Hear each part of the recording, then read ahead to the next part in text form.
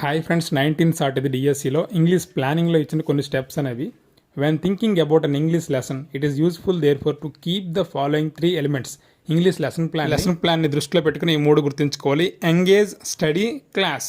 Engage, study, class. అలాగే what are the principles of planning యొక్క ప్రిన్సిపల్స్లో మొదటిది aims, considering realistic goals for the lesson, not too easy but not too డిఫికల్ట్గా ఉండేవి, ఈజీగా ఉండేవి కాకుండా గోల్స్ అనేవి ఉండాలి, వాటినే ఎయిమ్స్ అంటారు.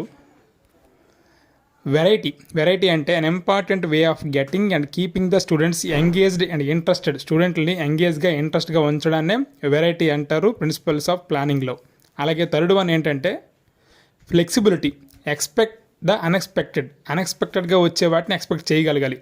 It is useful when planning to build in some extra and alternative tasks and exercises. అంటే అదనంగా వచ్చే వాటి కోసం కొత్త కృత్యాలు రెడీగా ముందే ఉంచుకోవాలి. ఇది ఫ్రెండ్స్ ఈరోజు వీడియో. Thank you.